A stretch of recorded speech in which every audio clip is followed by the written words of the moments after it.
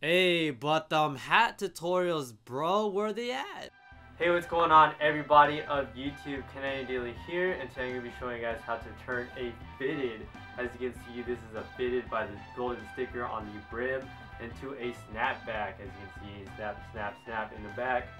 So that's what I'm going to be showing you guys how to do today. It's actually very simple. I'm going to walk you through everything you guys need to do and have for the tutorial. But anyways guys, let's just get straight into the tutorial. Here's an overview of all the things you're gonna need for this tutorial.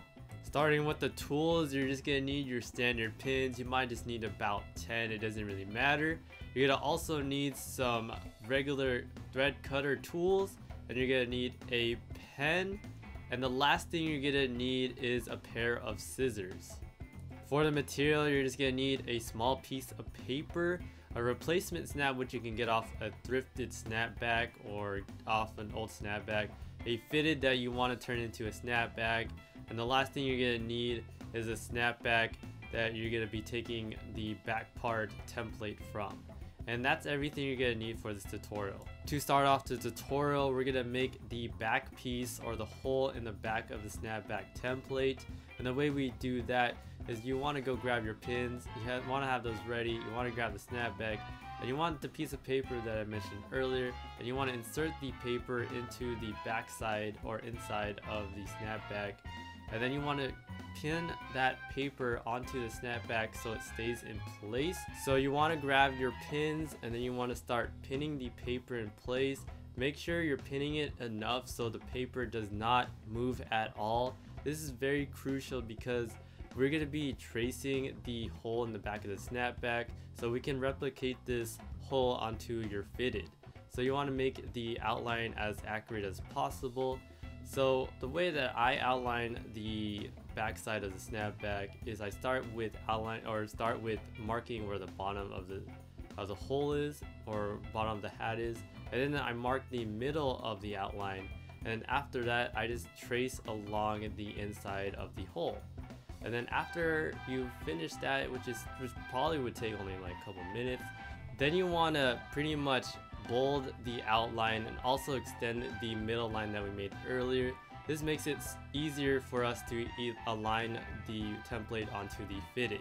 Next, we're going to be making a dashed line on the inside of the template just because we got to fold in the raw edges. And when we fold in the raw edges, we want it to be about the same size as the actual snapback. So that's why we need to cut the template a little bit smaller. And it should end up with something like this. Next, we're going to prepare the fitted to be turned into a snapback by removing the sweatband from just the back side of the hat.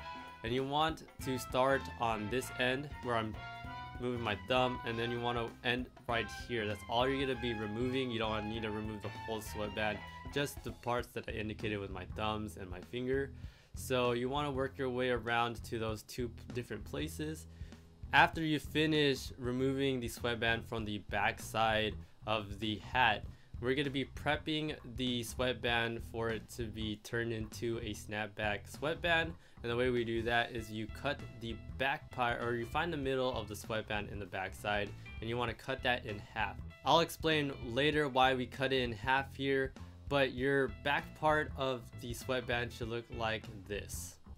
Next, we're going to be cutting the hole on the back side of the fitted. So grab your template, align the line with the line of the fitted, and then pin it into place. And then you want to grab your pair of scissors and you want to carefully cut around the piece of paper. Use it as a guide around the back side of the fitted. But once you finish cutting the piece out, it should look something like this. Next, we're going to be sewing in the raw edges so it gives the back of the hat a nice and clean look. So you want to start by folding the raw edges in, so inside of the hat, and then you can actually pin this part if you would like. I don't recommend it simply because it makes things a little bit more difficult.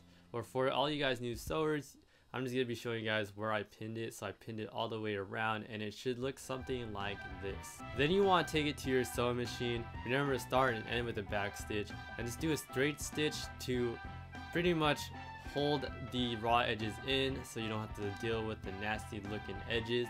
So do your straight stitch all the way around, and it should look something like this when you're done. Next, you want to take the raw edges of the sweatband and you want to fold that in as well, so it gives it that nice snapback looking sweatband, I guess. So you want to cut off about a good amount. You don't want too much in the backside when you fold it in, so you want to cut about just a little bit. You don't need to cut too much, but you want to fold the sweatband part so it aligns with the hole, or it aligns with the back part of the hat, and then you want to pin it down. And then you want to repeat this on the other side where you cut all the excess material. Just give it enough room for you to fold it in. So this gets rid of the raw sweatband look, and it just looks overall nicer. But then again, you want to pin that down and it should look something like this when you're done. Then you want to take it to your sewing machine, and then you want to just sew down the sweatband back onto the hat, and you want to go all the way to the end, and remember to start and end with a back stitch. It should look like this when you're all done.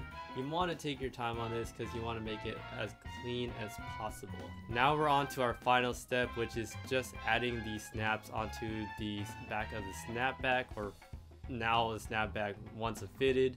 And then you want to just insert the snap, and then you want to pin the snap in place. You don't need to do this, it just keeps the snap in line, so when you go and sew, it just stays in place. But remember, start and end it with the back stitch, and then you want to just sew the snaps into place. Make sure they're secure before you go out and wear it.